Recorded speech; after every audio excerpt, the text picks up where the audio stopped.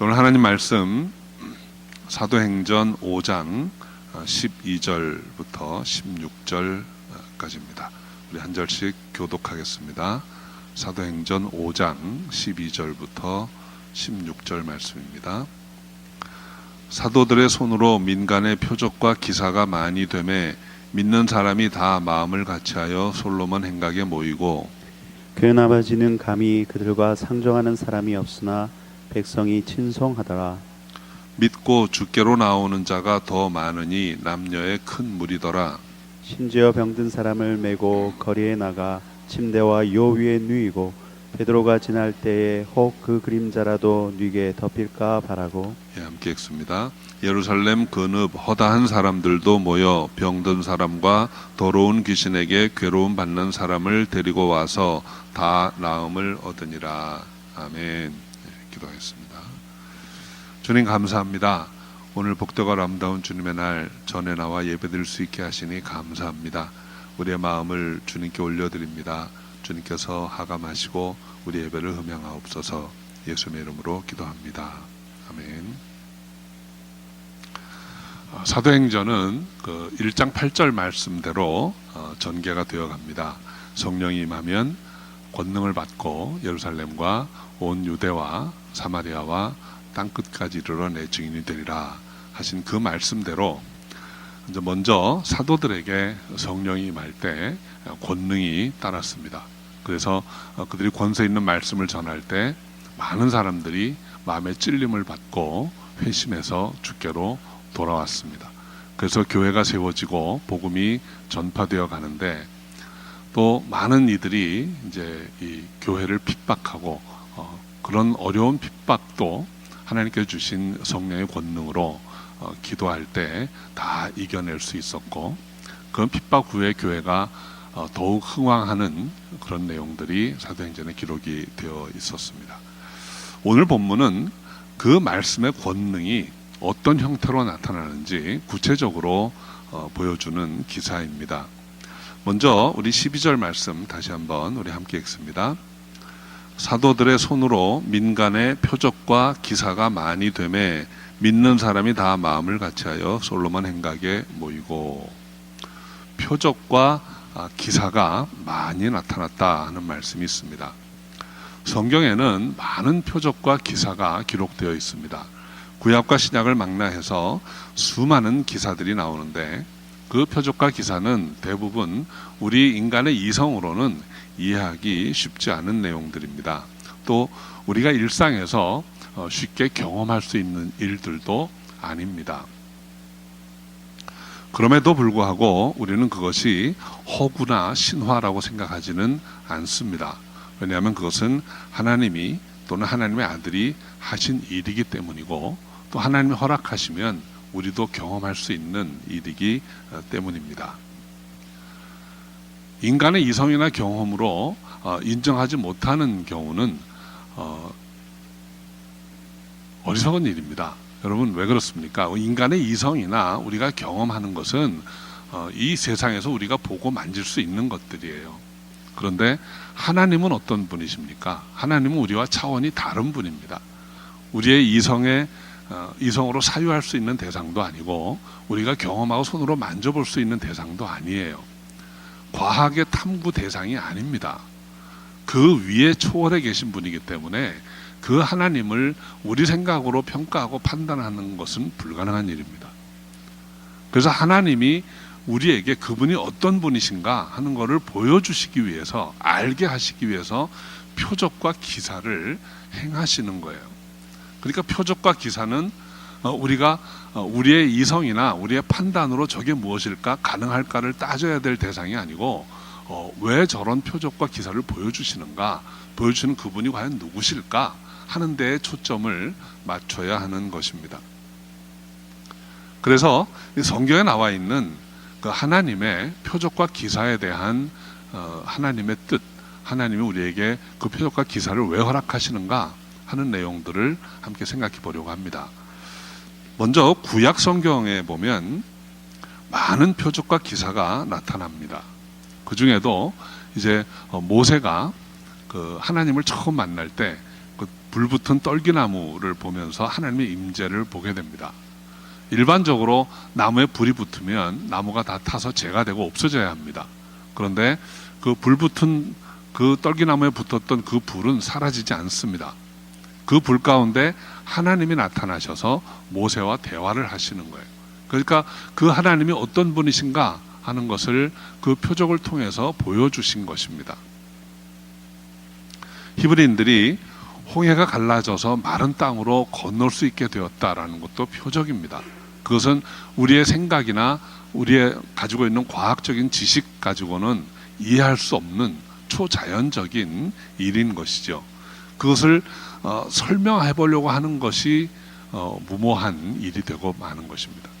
사사기에 보면 기드온이라고 하는 인물이 하나님께 부르심을 받고 정말 하나님이신가, 또 내가 받은 이 사명이 하나님 주신 게 맞는가 하는 거를 좀 확인해 달라고 하나님께 표적을 구합니다.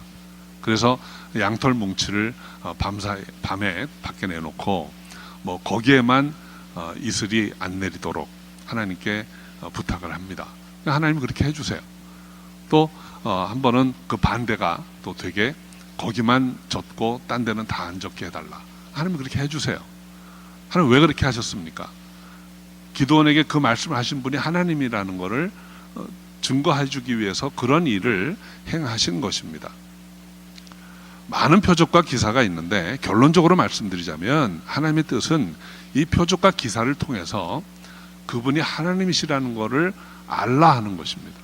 그리고 그 하나님을 믿으라 하는 것입니다. 그 하나님을 알고 하나님을 믿게 하는 것, 이것이 표적과 기사의 목적입니다. 표적과 기사 그 자체가 목적이 아닌 것입니다. 신약 성경에도 보면 복음서에 예수님의 행하신 표적을 많이 보게 됩니다.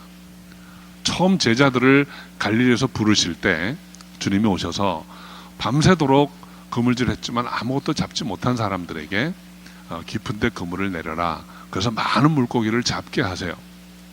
그거는 자연 법칙으로 그렇게 한 게 아닙니다. 그물질하고 고기 잡는 법은 어부 출신인 제자들이 훨씬 더 전문가입니다. 근데 그들이 못했어요. 근데 주님이 초자연적인 표적을 행하신 것입니다. 그 표적을 행하신 다음에 그래서 나타난 바로 첫 번째 반응이 무엇입니까? 베드로가 무릎을 꿇고 저는 죄인입니다 라고 고백하게 하신 거예요.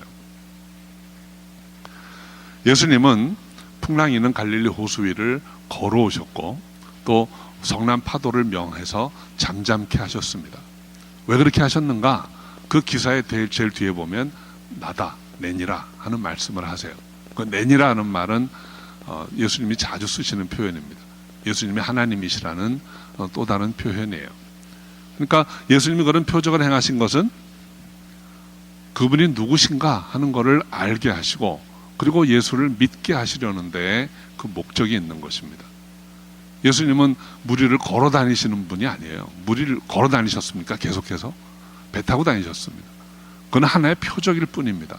그러니까 우리도 믿으면 무리를 걸을 수 있을까? 그건 엉뚱한 꿈인 거죠.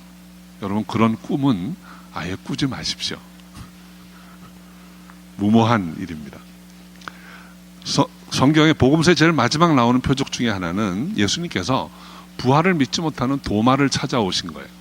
그래서 도마에게 손의 못자국과 옆구리의 창자국을 보여주시고 만져보아라, 손을 넣어보아라. 그랬을 때 도마가 그렇게 하고 나서 나의 주, 나의 하나님이시니이다 이런 고백을 합니다. 그 고백을 들으신 예수님이 하신 말씀이 이렇게 기록되어 있습니다. 너는 나를 본고로 믿느냐? 보지 못하고 믿는 자가 복되도다 이렇게 말씀합니다. 주님의 뜻은 예수 그리스도를 믿고 따르는 것입니다. 그런데 믿지 못하는 사람에게는 표적을 구하고 표적을 인해서라도 믿으라는 것입니다.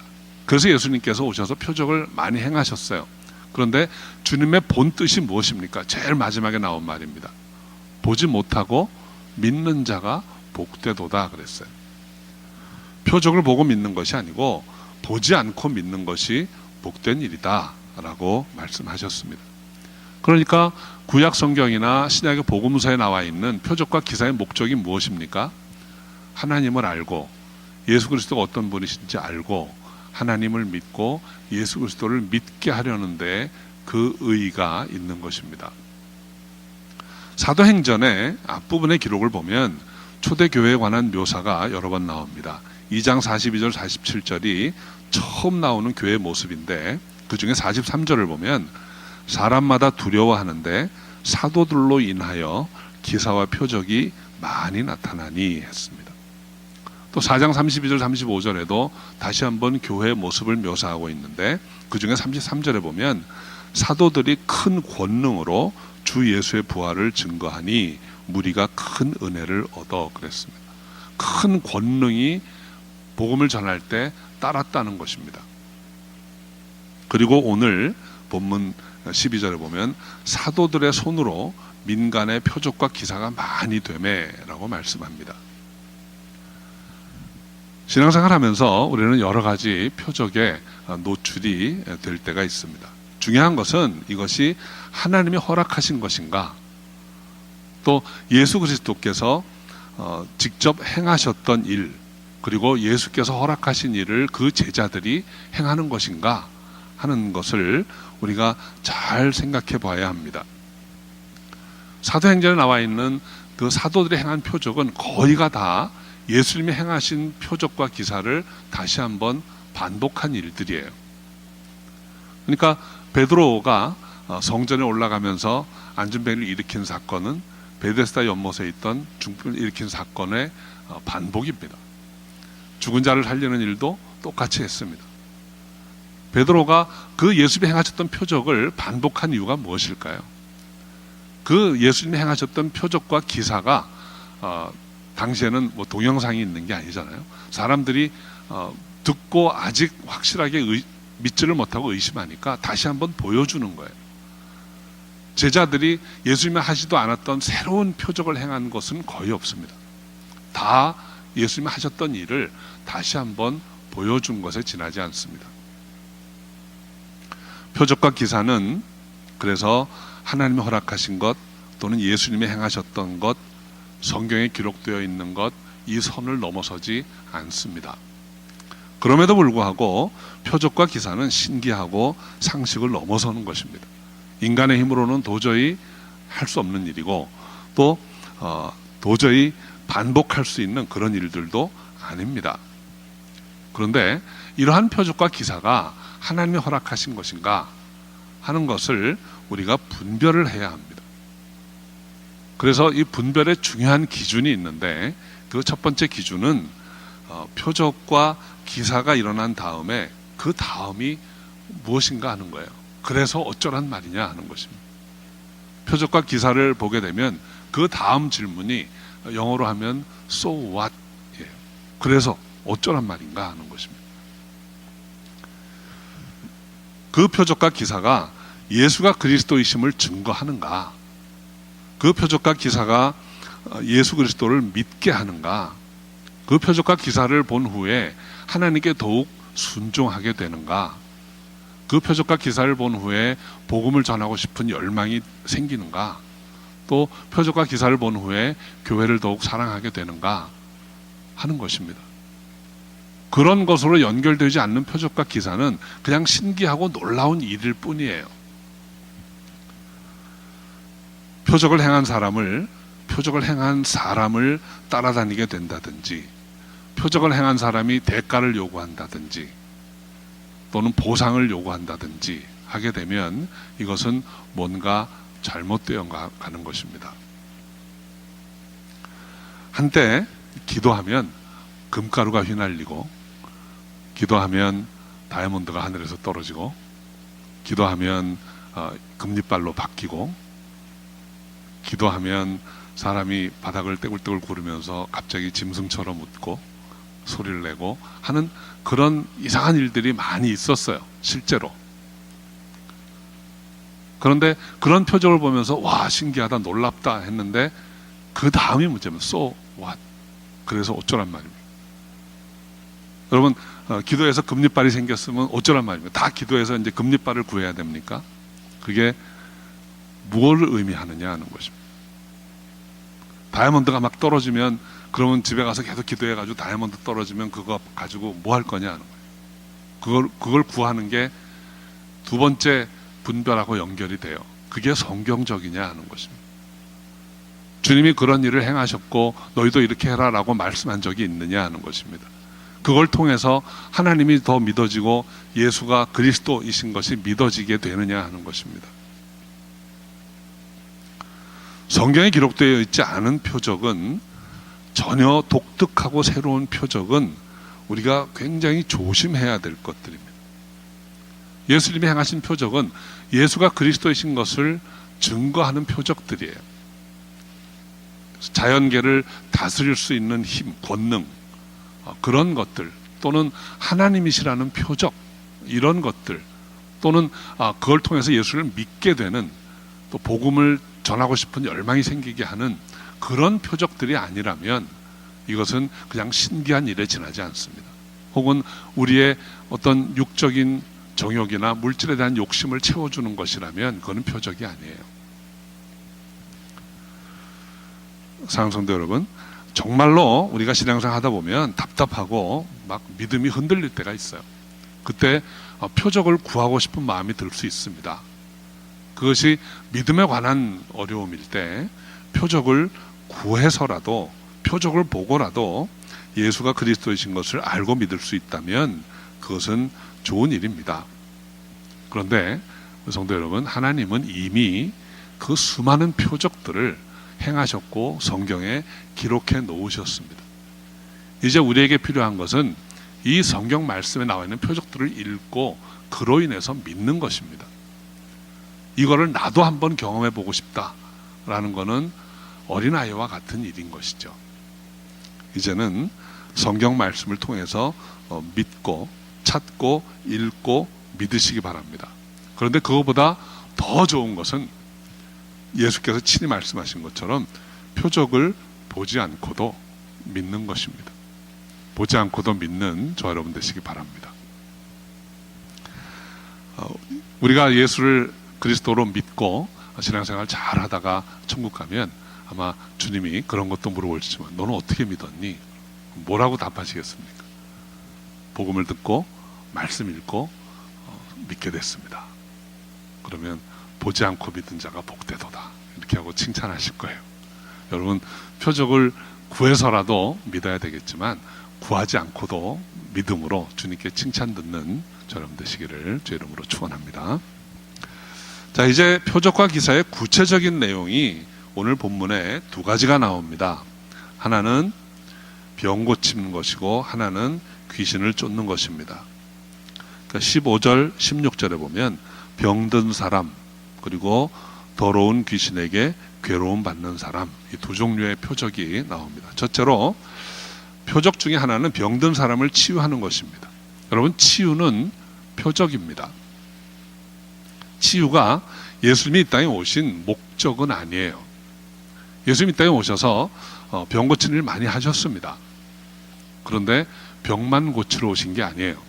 예수님이 병 고치러 이 땅에 오셨다면 교회가 아니라 병원을 세우셨을 것입니다. 우리 신앙은 결국은 우리 인생이 전인격적으로 회복되어서 하나님께 나아가는 것입니다. 여러분, 주님이 이 땅에 오신 목적이 무엇입니까? 요한복음 3장 16절에 뭐라고 되어 있습니까? 저를 믿는 자마다 멸망치 않고 영생을 얻게 하려는 것. 영적인 회복, 영적인 축복이 주님이 이 땅에 오신 목적이에요. 그런데 주님이 병도 고치셨습니다. 왜 그렇게 하셨습니까? 그러려면 이 병이 무엇인가 하는 걸 우리가 알아야 합니다. 인간이 하나님께 불순종한 후에 그 결과로 다 죽게 되었습니다. 너는 흙으로 지음받았으니 흙으로 돌아갈지라. 흙으로 돌아가는 죽음으로 이르는 길은 둘 중에 하나입니다. 질병이 나서 병으로 인해 죽든지 아니면 사고로 생명을 잃든지. 그런데 사고로 잃는 경우는 그렇게 흔치 않았잖아요, 과거에는. 그러니까 다 병으로 다 죽게 됩니다. 그래서 옛 고대부터 사람들이 병으로 죽는다면 병과 죄를 같은 관점으로 봤어요. 그래서 예수님도 이 죄와 병을 동일시하신 장면이 복음서에 여러 번 나옵니다. 한 번은 네 사람이 중풍병자 하나를 데리고 예수님 앞에 우여곡절 끝에 나왔어요. 그때 예수님 뭐라고 하십니까? 소자야, 내 죄 사함을 받았느니라. 병자에게 내 죄 사함을 받았느니라 이렇게 말씀하세요. 그리고 나서 일어나 자리를 들고 걸어가라. 그러니까 병이 나아서 걸어갔습니다. 그러니까 예수님이 보시기에 죄 사함 받는 것과 병 낫는 것을 같은 개념으로 보신 거예요. 그러니까 여러분, 궁극적으로 주님이 이 치유를 통해서 보여주시려고 했던 것이 무엇입니까? 영적인 회복입니다. 죄 사함입니다. 그러니까 많은 병 고치는 일들을 하셨는데 그 일들을 통해서 주님이 회복의 주님이시라는 것을 보여주신 것입니다. 귀신을 쫓는 일 또 하나의 표적입니다. 더러운 귀신을 쫓아내는 역사가 있었어요. 근데 여러분, 예수님이 이 땅에 오셔서 행하시려고 했던 일, 그것은 인간을 구원하는 역사입니다.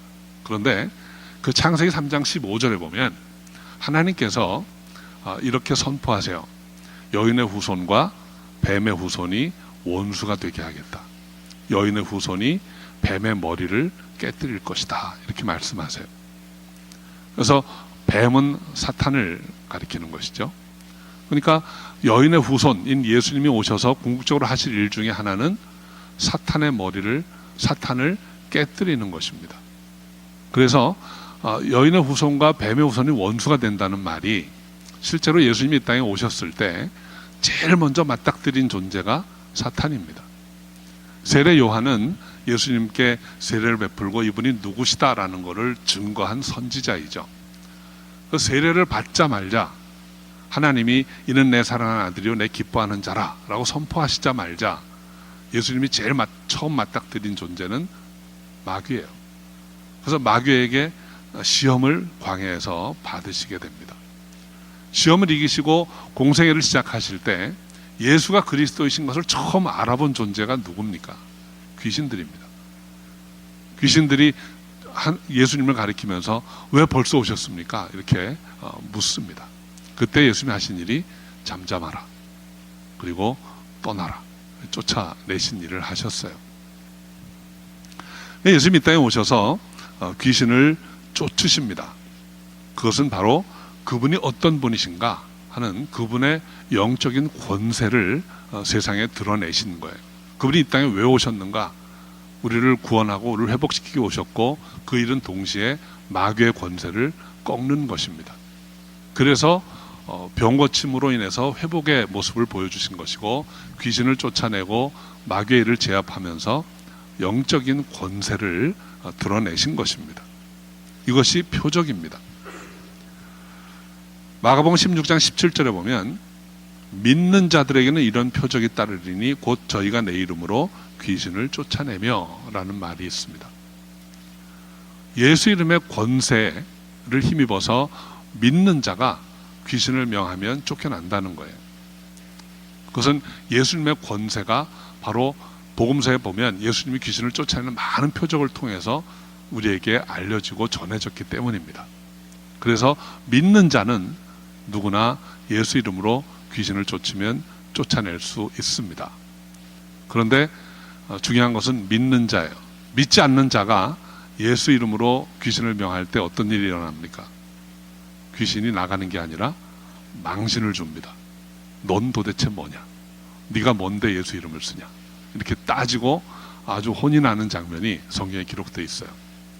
여러분, 믿는 자는 이 권세가 있다는 것을 분명히 아시고 승리하시기 바랍니다.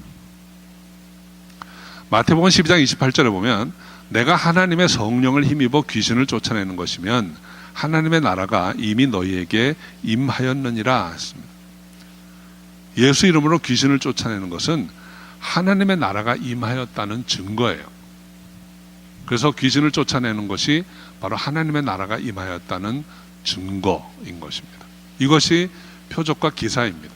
오늘 본문에 두 가지 표적과 기사를 행하셨어요. 하나는 병든 자들을 치유하시고 귀신을 쫓아내는 것입니다. 그것을 통해서 예수가 누구신가, 이 땅에 왜 오셨는가 하는 것을 전하셨다라는 것이죠. 자, 그러면 이제 표적과 기사를 행한 결과가 어떠했는지를 살펴봅니다. 첫째는 12절입니다. 다시 한번 12절 읽어보죠. 사도들의 손으로 민간의 표적과 기사가 많이 되매 믿는 사람이 다 마음을 같이하여 솔로몬 행각에 모이고. 믿는 사람, 이미 믿은 사람들이 표적과 기사를 보면서 한 마음으로 솔로몬 행각에 모였다 했습니다. 그럼 표적은 1차적으로 믿는 사람들을 위한 것입니다. 믿는 사람들의 믿음을 더 굳건하게 만들어주는 것이 표적과 기사예요. 변증도 마찬가지입니다. 여러분, 변증이라는 것은 믿지 않는 사람들이 기독교 신앙에 대해서 따지는 것을 논리적으로 이렇게 토론하고 이겨내는 방법이에요. 그러니까 크게 세 가지를 변증합니다. 첫째는 하나님의 존재. 그러니까 믿지 않는 사람들은 하나님이 안 계시다고 그러잖아요. 믿는 사람들이 그렇지 않다, 하나님이 계시다라는 것을 논리적으로 설명하는 거예요. 첫 번째는. 두 번째는 예수님의 성육신에 대해서 믿지 않는 사람들은 말도 안 된다, 처녀가 어떻게 아이를 낳느냐, 그건 불가능하다라고 하죠. 거기에 대해서 왜 그 일이 가능한지를 논리적으로 설명하는 거예요. 세 번째는 예수님의 부활입니다. 어떻게 죽은 자가 살아날 수 있는가, 불가능하다라고 하는 거에 대해서 왜 그것이 가능한지를 논리적으로 설명하는 거예요. 변증은 주로 이 세 가지를 제일 중요하게 생각을 합니다. 신학교 공부를 하면 한 학기 동안 이 변증을 공부합니다. 굉장히 어렵습니다. 읽어야 될 것도 많고 이 철학자들의 논리도 다 공부를 해야 되고, 그런데 아무튼 매주 시험 보고 중간고사 보고 학기말 시험 치고 막 이렇게 해가지고 나중에 면접도 해요. 그리고 이제 그 학점을 딱 마치고 나면 얼마나 자신감이 생기는지 모릅니다. 누가 이거 좀 안 물어보나? 얘기 좀 해야 되는데 막 이런 자신감이 생겨요. 그런데 학기 수업 다 끝나면 마지막 시간에 그 교수님이 마지막으로 하는 말씀이 있습니다. 당신들 지금 이거 공부해가지고 나가면 누구나 다 설득해가지고 예수 믿게 할 수 있을 것 같지? 그 사람들 그래도 안 믿어. 설득이 되면 그때 뭐라고 반응하느냐면, 그래 너 잘났다, 그러고 안 믿는다는 거예요. 여러분, 믿음이라고 하는 거는 논리적으로 설득해서 되는 게 아닙니다. 믿음은 논쟁에서 이겨가지고 믿게 하는 게 아니에요. 고린도전서 12장 3절에 뭐라고 했습니까? 누구든지 성령으로 아니하고는 예수를 주시라 할 자가 없다. 성령이 임해야 믿어집니다. 성령이 임하면 논리적으로 아무것도 몰라도 믿어집니다. 그런데 성령이 아니면 아무리 잘 설명을 해도 안 믿습니다. 그러니까 여러분, 변증은 믿는 자들에게는 얼마나 은혜가 되는지 몰라요. 믿는 사람들에게 그 변증 얘기 다 해주면, 그랬군요, 맞다, 그건 내가 이제는 다시는 의심하지 않고 흔들리지 않겠습니다, 이게 돼요. 그런데 성령으로 아니하고는 안 믿어지는 거예요. 표적과 기사도 마찬가지입니다. 여러분, 표적과 기사를 믿지 않는 사람들이 보면 그로 인해서 믿게 되는 경우도 물론 있어요. 그런데 많은 분들이 표적과 기사를 보고 와, 신기하다 하고 또 보고 싶어 하고 또 보고 싶어 하는데 그게 믿음으로 연결되지는 않습니다. 심지어 자기 몸에 이 표적을 경험해도 그게 오래 가지 않아요. 그러니까 막 은혜를 많이 받고도 얼마 지나지 않아서 다시 돌아가는 경우가 많잖아요. 그건 성령으로 하지 아니하고는 그 무엇으로도 믿게 할 수는 없습니다. 그래서 이 표적은 첫째로 믿는 사람들을 더 믿게 하고 흔들리지 않게 하고 한 마음으로 모이게 하는, 그것이 표적과 기사의 첫 번째 결과라는 것입니다. 자, 두 번째는 13절입니다. 우리 함께 읽어보죠. 그 나머지는 감히 그들과 상종하는 사람이 없으나 백성이 칭송하더라. 표적과 기사를 행했던 사도들을 감히 상종할 수 없었다는 거예요. 상종한다는 말은 더불어서 같이 지내고 교제하고 뭐 놀고 이러는 것입니다. 그런데 사도들 앞에 그렇게 할 수가 없었다는 거예요. 왜 할 수 없었을까요? 여러분, 오늘 본문 바로 앞에 있는 말씀과 같이 생각해 보아야 합니다. 이 본문 바로 앞에 어떤 일이 있었습니까? 아나니아와 삽비라의 일입니다. 외식하고 거짓말하다가 죽었습니다. 이것도 하나의 표적입니다. 베드로가 죽인 게 아니에요. 하나님이 그 생명을 거두어 가신 것입니다. 진리라고 하는 것, 진실함이라고 하는 것, 이것이 하나님이 사도들에게 주신 권능 중에 하나입니다. 표적과 기사도 마찬가지입니다.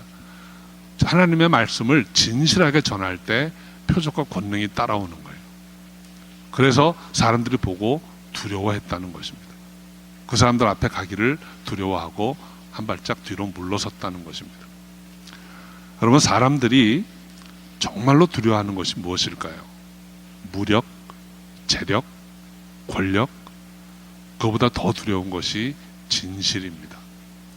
여러분, 영원히 존재할 것 같았던 독재 정권들이 다 무엇 때문에 무너집니까?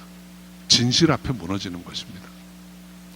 사도들이 권능을, 말씀을 증거할 때 권능을 가지고 전했지만 그 권능은 대체 무엇에 따라오는 거예요? 진리의 말씀을 따라오는 것이지 권능만 가지고 되는 게 아닙니다. 권능은 언젠가는 다 소멸합니다.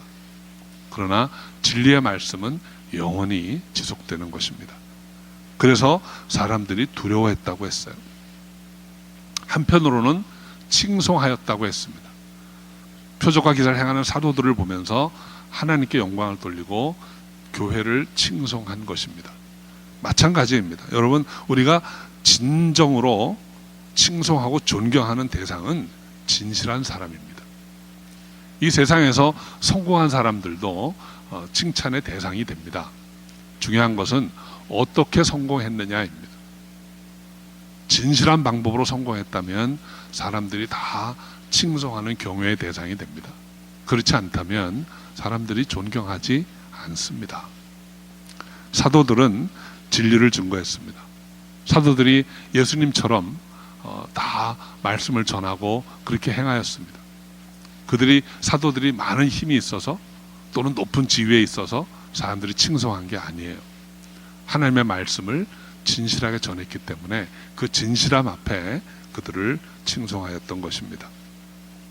진실함으로 진리를 전해서 하나님의 권능을 덧입고 사람들에게 칭찬도 듣는 저 여러분 되시기를 주 이름으로 축원합니다. 세 번째는 14절입니다. 함께 읽죠. 믿고 주께로 나오는 자가 더 많으니 남녀의 큰 무리더라. 표적과 기사는 결국 예수가 그리스도이심을 증거하는 것이고 예수를 그리스도로 믿게 하는 동기가 되는 것입니다. 그래서 믿고 주께 나오는 자가 많았다는 거예요. 저는 이 말씀을 이렇게 이해합니다.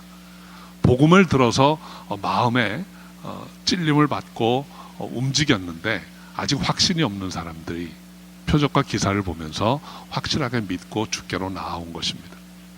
예루살렘에 있는 많은 사람들이 사도들이 전하는 복음을 들었습니다. 이제 그 표적과 기사를 보면서 믿고 주께로 나아왔다라고 본문이 기록하고 있는 것입니다. 표적과 기사는 첫째로 믿는 우리의 믿음을 더 굳건하게 만들어줍니다. 두 번째는 그 진실한 말씀에 따르는 것이기 때문에 사람들로 하여금 경외하게 만드는 능력이 있습니다. 세 번째는 아직 믿음이 확실하지 않았던 사람들이 믿고 주께로 나오게 하는 그런 능력이 있는 것입니다. 우리 사랑성도 여러분, 오늘 우리가 본문 통해서 표적과 기사에 관해서 생각해 보았습니다. 표적과 기사는 예수가 그리스도이신 것을 알게 하고 예수를 그리스도로 믿게 하는 하나님의 뜻입니다. 오늘 본문이 기록하고 있는 표적과 기사는 병고침과 귀신 쫓는 일이었습니다. 그것은 예수님이 왜 이 땅에 오셨는가, 오셔서 어떤 일을 행하실 것인가 하는 것의 증거가 되는 것입니다. 저와 여러분이 말씀을 통해서 읽은 많은 표적, 그 표적의 의미를 알고 그 표적을 통해서 주님이 내게 주시는 메시지를 받고 믿고 주님께 나아갈 수 있기를 바랍니다. 그래서 이제는 나도 그리스도의 증인이 되리라. 그리고 보지 않고도 믿는 자. 그래서 하나님께 칭찬 듣고 우리 주님께 복되도다라는 칭찬을 들을 수 있는 그런 저와 여러분이 다 되시기를 주의 이름으로 축원합니다. 기도하겠습니다. 아버지 하나님, 감사와 찬양을 주님께 올려드립니다.